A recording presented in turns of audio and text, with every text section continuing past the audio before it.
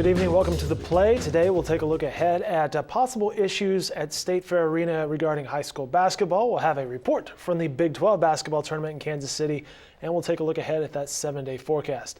But first, some serious news to tell you about. A judge has ordered 2 teens charged with killing an Australian baseball player to stand trial. Chancey Luna and Michael Jones are accused of fatally shooting Christopher Lane back in August. The Oklahoman's Nolan Clay was at today's court proceedings. We'll have more details in Thursday's Oklahoman. The United States Parachuting Association has upped its minimum age requirements, this following an accident on January 25th in Chickasha. You may remember 16-year-old Mackenzie Wethington fell 3,500 feet while attempting her first skydive. The Texas teen and her father had traveled to Chickasha because at the time, minors could skydive with parental consent.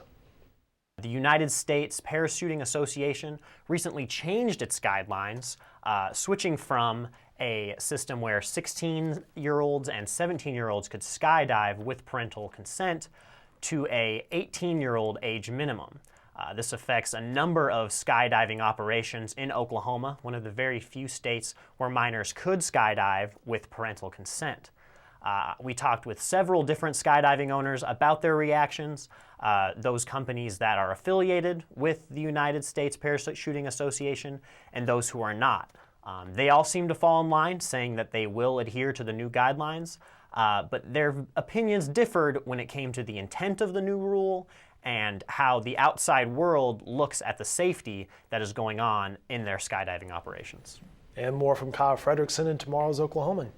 During Saturday's Class A and B state basketball championship games at Jim Norick State Fair Arena, water dripped from the roof onto the arena floor, and there were several power outages during the games.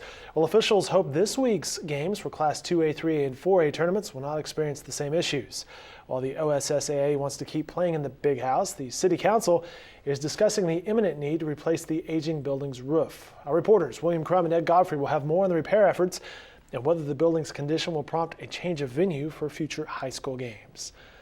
The Big 12 men's basketball tournament starts tonight. The OSU Cowboys take on Texas Tech. That tip-off is at 6 p.m. News OK's Damon Fontenot is in Kansas City. Damon Fontenot here at the Sprint Center in Kansas City for the Big 12 men's basketball championship, where number 8 seed Oklahoma State will kick things off at 6 o'clock against number 9 seed Texas Tech for a chance to play number 1 seed Kansas warming up behind me. Of course, the Cowboys could use a couple of wins to recover from that overtime loss to Iowa State in Ames. It also couldn't hurt for seeding purposes in the NCAA tournament. Meanwhile, number 2 seed Oklahoma won't play until Thursday, and the Sooners will take on the winner of the Baylor Bears and TCU Horned Frogs. Dave, back to you. Thank you, Damon. Nice work. You can find complete coverage of tonight's game and tomorrow's editions of the Oklahoman. And of course, we'll have video coverage tonight online at newsok.com. Looking at the weather, you can expect warmer temperatures Thursday with highs close to 70, but warmer and windy conditions will increase the fire danger. Forecasters say the fire dangers will be very high tomorrow. Gusts expected to reach 35 miles an hour at times. The windiest conditions expected out west. Rain chances will increase Friday night through early Sunday with an approaching storm system. Still very seasonal temperatures there on that 7-day forecast. Again, coverage from the Big 12 tournament expected tonight on newsok.com. These stories and more in upcoming editions of the Oklahoman. Have a great night, everybody.